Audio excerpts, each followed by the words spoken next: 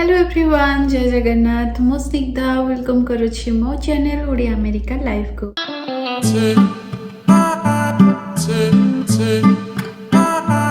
आज मोस्टली बिरी बड़ी बनैबी तो बिरी मु राति रे भेदे देथिली। मु फर्स्ट टाइम पाई बनाउछि बिरी बड़ी। मते अमेरिका रे बिरी बड़ी देखिबा को कम मिले मिली भी गले से घरर टेस्ट आसेनी, तो मु भाबिली घरे बनैबा पई चेष्टा करबी। मु फर्स्ट टाइम पाई बिरी बड़ी बनाउछि, तो मु केमिति बनाउछि सेटा आपनक सहित शेयर करबी। तो मु आपनक बिरी देखि दोछि। मु एठी चुप्पा लगा बिरी अछि, जो फाळिकिया बिरी, सेटा मु फेर माने राति सारा भेदे देथिली। एबे मो ताको चोपा छड़ेकी मिक्सी रे मिक्स करै नेबी। तापरे मु केमती कोन बनुछि सेटा आपनक सहित शेयर करबी। तो चलंतु ब्लॉग रे आगो को बढ़िबा।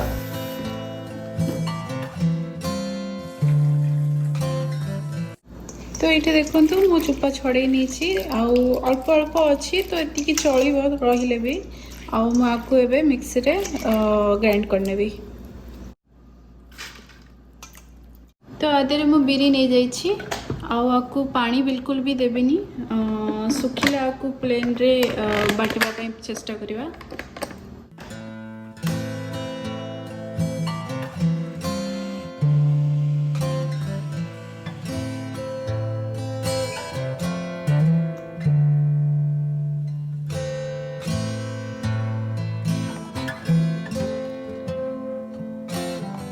तो ये देखु मु बाटी नहीं भल भाव पूरा प्लेन करिकी आपको मु दुई डिवाइड कर देछि, कारण मु एते सारा बॉडी पारिबिनी एथर फर्स्ट टाइम बनाऊँगी। तो ये मु बॉडी बनैबी, आपको मु बरा पई काढ़ी देछि। तो आदरे मु बरा बनैबी, बरार रेसिपी भी आपनक सहित शेयर करिबी परे। तो आगो मु आपको बॉडी पई प्रिपेयर करिबी। बॉडी पाई मु आपको फर्स्ट कौन करेबी ना, हाथ टिके ओदा होना मु आपको भल भाव फेंटी नेबी ये टाइप रो। ता द्वारा कौन हम ना भितर बबल्स क्रिएट हम, तो बॉडी टाण हेनी, ना बॉडी टाण हम एमती जदि आम मिक्स करके एमती टिके फ्लफी न करिकी पकेबा ताले बॉडी टाण हम। तो यही हिसाब रे आ भितर मु जीरा आ सब मसला पकेबी, बट फर्स्ट मु आपको एमती बुलेई नेबी 5-10 मिनिट पर्यंत। तापरे आदरे मसला पकेबा। एटा मु भल भाव में मिसई नहीं आटा हेजी, माने ठीक भाव में फेंटी हेजी कि नहीं केमती जानिबा।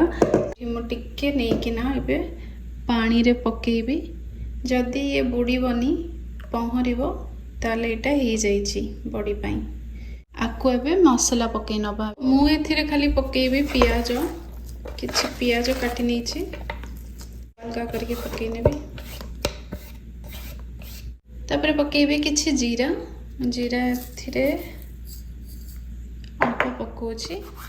आउ किछि लूण पकेबी, अल्प पकेबी लूण। तापर मिक्स करने भी एबे।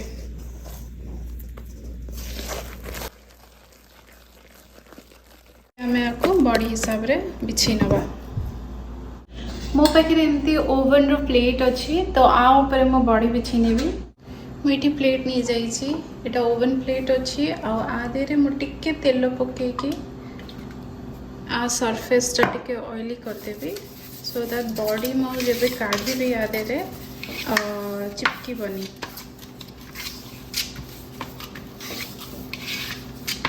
के बेसी तेल पड़गला बट ठीक अच्छे। तो ये आधे मु बॉडी बिछे नेबी के पानी हाथ हो।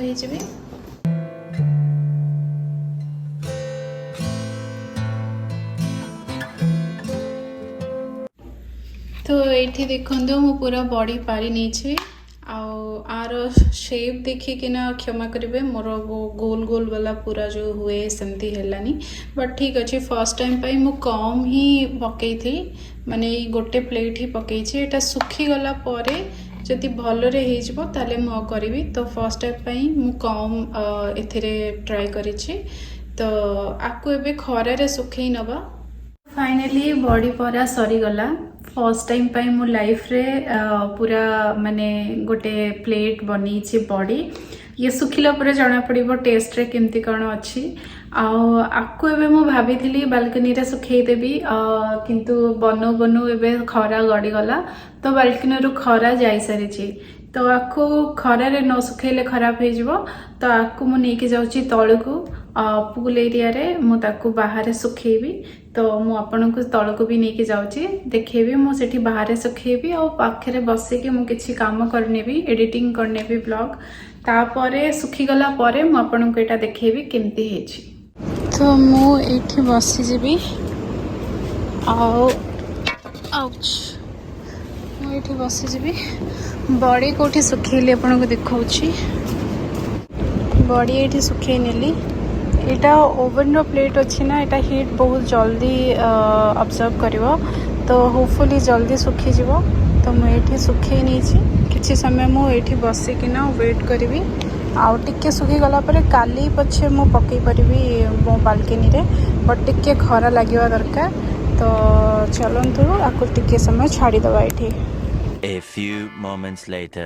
खरा ये बहुत बढ़िया होची तो किसी समय भितर बड़ी बढ़िया सुखी जाइए आपको आउ गोटे दिन 2 दिन पर मु आपन सहित शेयर करी। ये देखो बड़ी पूरा परफेक्टली सुखी जाइए आपको सुखेबा मत 2 ରୁ 3 दिन पाखापाखी लगिला आउ ये सुखिला बड़ी आप देखुवे मुझे स्टोर करके रखिपारि आउ किसी यूज करी तो मुझे देखेबी बड़ी चटनी आई मीन जो बड़ी छेचा कहते सेटा मु बनैबी आउ अमेरिका आसला परे मु फर्स्ट टाइम निज हाथ में बड़ी बनई आर छेचा आर जो चटनी अच्छी सेटा भी मु फर्स्ट टाइम बनैबी आउ मु बहुत एक्साइटेड अच्छी चलतु मु आपन सहित भी शेयर करुची।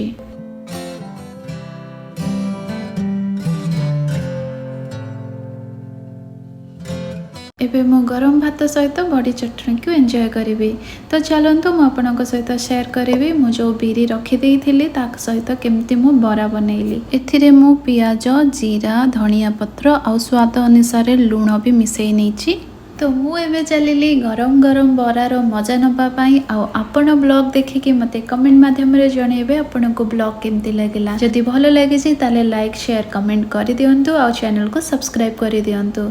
रहिली जय जगन्नाथ।